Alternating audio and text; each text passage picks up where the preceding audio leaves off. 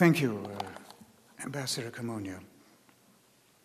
I'm deeply honored to be here this evening to take part in this ceremony commemorating the genocide in Rwanda, an event that inflicted horrors on Rwanda unknown to most countries and to most generations. The genocide that began in Rwanda on April the 7th, 1994, stained the world's conscience and remains one of humanity's darkest periods.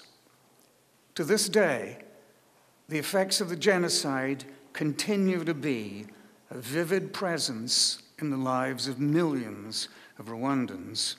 And as we've heard tonight, we see just how vivid a presence those memories are, even in America.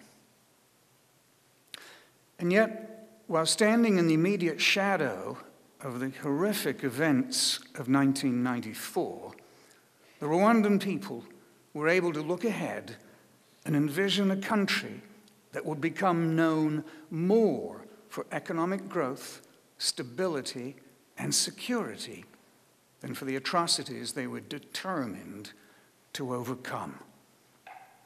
I was in Rwanda a couple of months ago, in January, and I visited the Genocide Memorial in Kigali, and I laid a wreath there. I was and remain profoundly moved by that experience.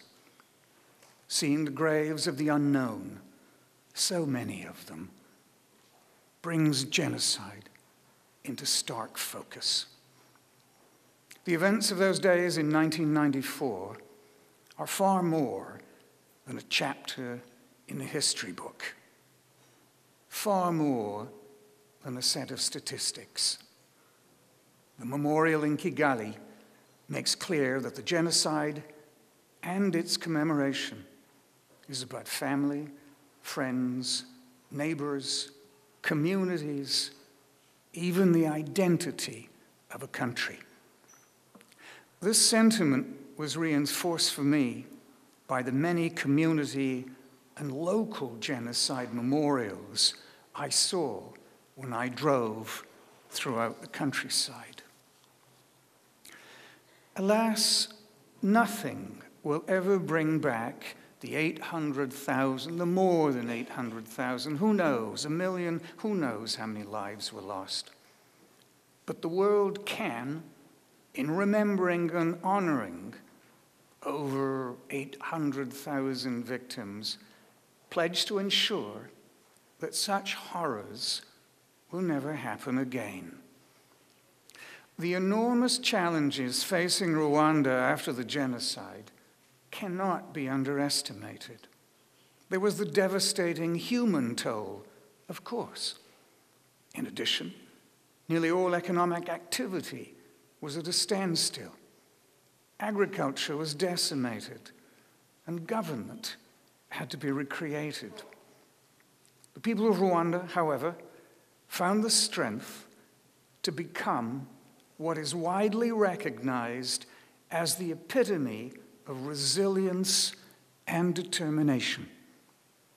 Rwanda has risen to be one of the most competitive, stable, and secure countries in Africa.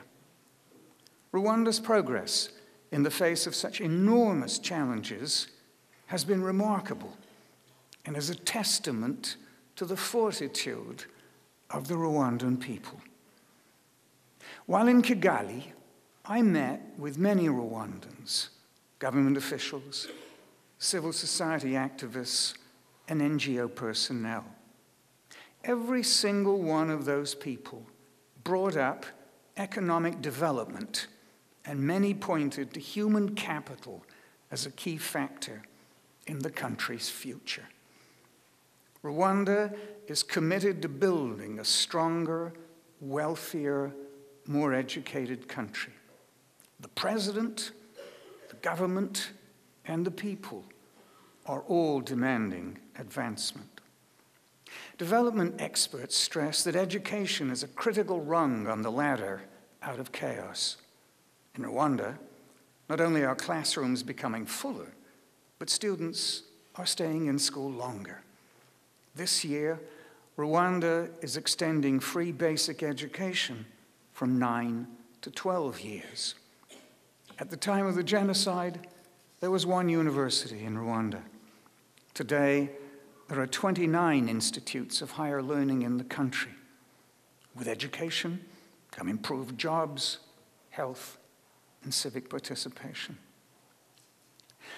Rwanda's commitment to its people, to stability, and to growth has helped make it a center of activity for Central Africa, including expansion in the aviation, information, and communications sectors. The growth in these areas is putting people to work. Rwanda is assuming growing influence in the region with its efforts to promote regional economic integration and its contribution to peacekeeping across the continent. In the wake of the genocide, an event that Rwanda suffered virtually alone, the country has lent a hand to others, to other countries, using its influence and its resources and its determination to help bring about stability. There are Rwandans in Darfur working toward conflict resolution and regional security. After the earthquake in Haiti, Rwandans crossed the Atlantic to help another suffering nation. Last year, during the height of the Libyan crisis, Rwanda publicly supported the no-fly zone and NATO's involvement in Libya, and by doing so, helped limit the suffering of another country. We applaud Rwanda for its commitment to peacekeeping missions and look forward to continued cooperation on regional security issues. We also look forward to further investment cooperation under our newly aligned and newly signed bilateral investment treaty, finalized just last year. We gathered today to commemorate 100 dark days in Rwanda's history and to remember the 800,000 and more who died. Yes,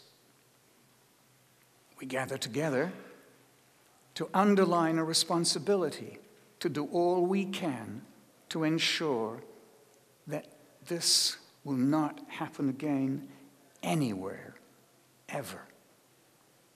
Yes, but at the same time, we gather to salute the bright future that lies ahead for the people of Rwanda.